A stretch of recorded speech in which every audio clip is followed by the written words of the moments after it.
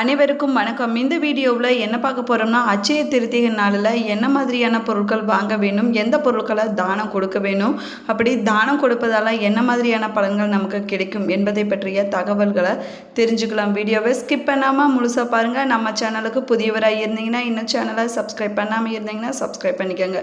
கூடவே இருக்கிற பெல் ஐக்கானையும் கிளிக் பண்ணிக்கோங்க. வாங்க வீடியோக்குள்ளே போகலாம். நீங்கள் அட்சய திருத்திகை நாளில் என்ன பொருள் வாங்குவீங்க என்பதை மறக்காமல் கமெண்ட் பாக்ஸில் கமெண்ட் பண்ணுங்க. தங்கம் மற்றும் வெள்ளி லட்சுமி தேவியின் அம்சமாகவும் சொல்லப்படுதுங்க. இவற்றை வாங்குவதால் வீட்டில் செல்வமும் செழிப்பும் பெருகுன்னு சொல்லலாங்க. செம்பு பாத்திரங்களை வாங்குவது நன்மையை கொடுக்குன்னு சொல்லப்படுது. சித்திரை மாத வளர்ப்பிறையில் வரக்கூடிய 3வது திதியை அட்சய திருத்தியாக கொண்டாடி வருங்க. அட்சய திருத்திகை நாள் என்பது குறைவில்லாத பலன்களை தரக்கூடிய அற்புத நாள்னு சொல்லலாங்க. இந்த நாளில் பல மங்கள யோகங்கள் கூடி வரக்கூடிய நாளாக உள்ளதால இந்த நாள் மிகவும் அதிர்ஷ்டமான நாளாகவும் சொல்லப்படுதுங்க. அட்சய திருத்திகை நாள் என்பது செல்வ செழிப்பையும் மகிழ்ச்சியும் தரக்கூடிய நாள்னு சொல்லலாங்க. அது மட்டும் இல்லாமல் மகாலட்சுமி வீட்டிற்கு வரக்கூடிய நாளாகவும் சொல்லப்படுது.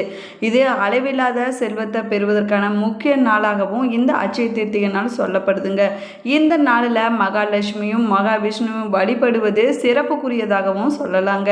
இந்த நாளில் விரதம் இருப்பது, தான தர்மங்கள் செய்வது, மந்திர ஜபம் செய்வது, யாகங்கள் செய்வது, முன்னோர்களுக்கு தர்ப்பணம் கொடுப்பது, புதிய தொழில்களை தொடங்குவது, திருமணம் செய்வது போன்றவற்றை செய்வதற்கு ஏற்ற நாளாகவும் இந்த அட்சய திருத்திகை நாள் சொல்லப்படுதுங்க. இந்த நாளில் தான் திரௌபதி கிருஷ்ணரிடம் வேண்டி அல்ல குறையாத அட்சய பாத்திரத்தை பெற்ற நாளாகவும் சொல்லப்படுதுங்க. இந்த அட்சய பாத்திரத்தை வாங்கி தான் பாண்டவர்கள் வனவாசத்தில் இருந்தபோது அவர்களின் பசியை போக்கியதாகவும் சொல்லப்படுதுங்க. அட்சய திருத்திகை நாளில் தங்கம் வாங்குவதால் வாழ்க்கையில் செல்வம் சேர்ந்து கொண்டே இருக்குன்னு சொல்லலாங்க. அதனால் தங்கம் போன்ற ஆபரணங்களை வாங்குவது சிறப்பானதாகவும் சொல்லப்படுது. அன்றைய நாளில் பச்சரிசி, வெல்லம், உப்பு, மஞ்சத்தூள் போன்றவற்றை வாங்கலாங்க. அதுவும் சிறப்பான பலன்களை கொடுக்கணும்னு சொல்லப்படுது. வெப்பத்தை குறைக்கக்கூடிய வகையில் உடைகள், குடை, பானகம், நீர்மோர், விசிறி போன்றவற்றை கூட தானமாக கொடுக்கலாங்க. தயிர் சாதம் தானம் செய்தால் ஆயுள் பெருகுன்னு சொல்லப்படுதுங்க. இனிப்பு பொருட்களை தானம் செய்தால் திருமண தடைகள் அனைத்துமே நீங்கி திருமணம் விரைவில் கைகூடுன்னு சொல்லப்படுதுங்க. அட்சய திருத்திகை நாளில் அரிசி, கோதுமை போன்ற பொருட்களை தானம் கொடுப்பதால விபத்துக்கள் மற்றும் வறுமையிலிருந்து விடுபட முடியும்னு சொல்லலாங்க. அட்சய திருத்திகை நாளில் அன்னதானம் கொடுப்பது இறைவனுக்கே அன்னதானமிட்ட பலன் கிடைக்குன்னு சொல்லப்படுதுங்க. அது மட்டும் இல்லாமல் இதுவரை குடும்பத்தில் இருந்து வந்த பிரச்சனைகள் அனைத்துமே, வறுமை நிலை அனைத்துமே மாறுன்னு சொல்லப்படுதுங்க. அட்சய திருத்திகை நாளில் கால்நடைகளுக்கு தீவனம் கொடுப்பது, வாழைப்பழம் வாங்கி கொடுப்பது போன்றவை வாழ்க்கையை வளமாக்குன்னு சொல்லலாங்க. அது மட்டும் இல்லாமல் குழந்தைகளுக்கு அன்னப்பிரசன்னம் செய்வது ரொம்பவே நல்லதாகுங்க. அதே போல் அட்சய திருத்திகை நாளில் குழந்தைகள் சங்கீதம் பயில்வதற்கும், கல்வி கற்பதற்கும், கலையில் பயில்வதற்கும், சீமந்தம் செய்வதற்கும், மாங்கல்யம் செய்வதற்கும் ஏற்ற நாளாக சொல்லப்படுதுங்க. அது மட்டும் இல்லாமல் விவாகம் செய்வதற்கும் ஏற்ற நாளாகவும் சொல்லலாங்க. குழந்தைய தொட்டில் போடுவதற்கு, கிரக பிரவேசம் செய்வதற்கு, காது குத்துவதற்கு அட்சய திருத்திகை நாள் உகந்த நாளாகவும் சொல்லலாம்.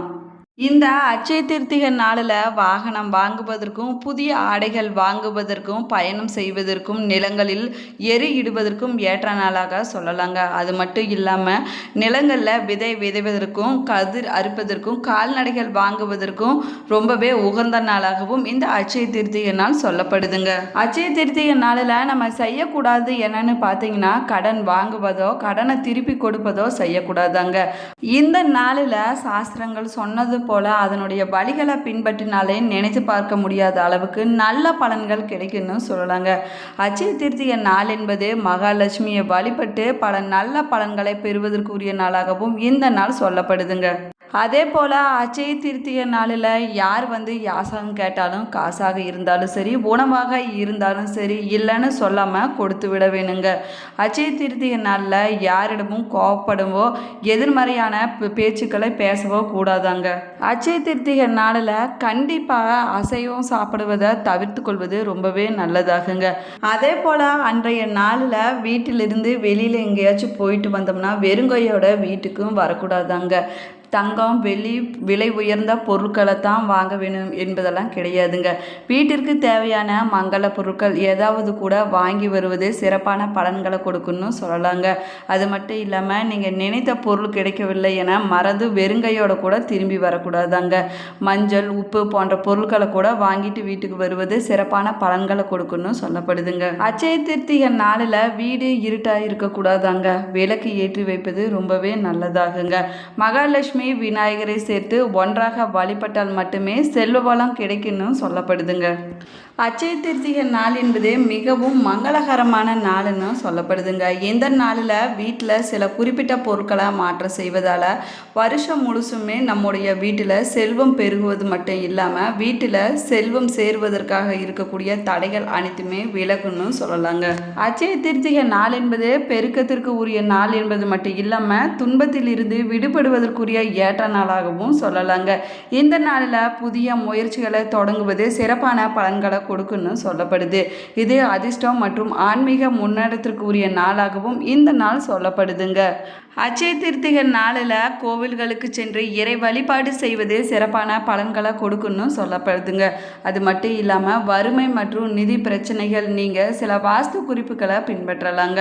அதே போல் அட்சய திருத்திகை நாளில் உங்களுடைய வீடு அல்லது அலுவலகத்தில் சிலந்தி வலைகள் இல்லாமல் பார்த்து கொள்ள வேணுங்க. வாஸ்துபடி சிலந்தி வலைகள் பணத்தின் ஓட்டத்தை தடுக்குதுன்னு சொல்லலாங்க. எனவே வீட்டை சுத்தமாக செய்வது ரொம்பவே முக்கியமாகுங்க. இப்படி செய்வதனால உங்களுடைய நிதி நிலைமை நல்ல முன்னேற்றம் கிடைக்குன்னு சொல்லலாங்க. அதே போல் இந்த அட்சய திருத்திகை நாளில் வீட்டில் சில மாற்றங்களை செஞ்சு பாருங்க. வடக்கு திசையில் ஒரு கண்ணாடியை வைப்பதன் மூலமாக நல்ல சக்தி அதிகரிக்குன்னு சொல்லலாங்க. இப்படி வைப்பதன் மூலமாக வருமானம் பெருகுன்னு சொல்லப்படுது.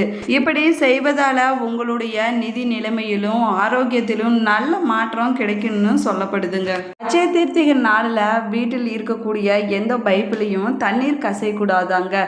தண்ணீர் கசிவு என்பது பண இழப்பை குறிக்கிறது என்று அர்த்தமாகுமாங்க.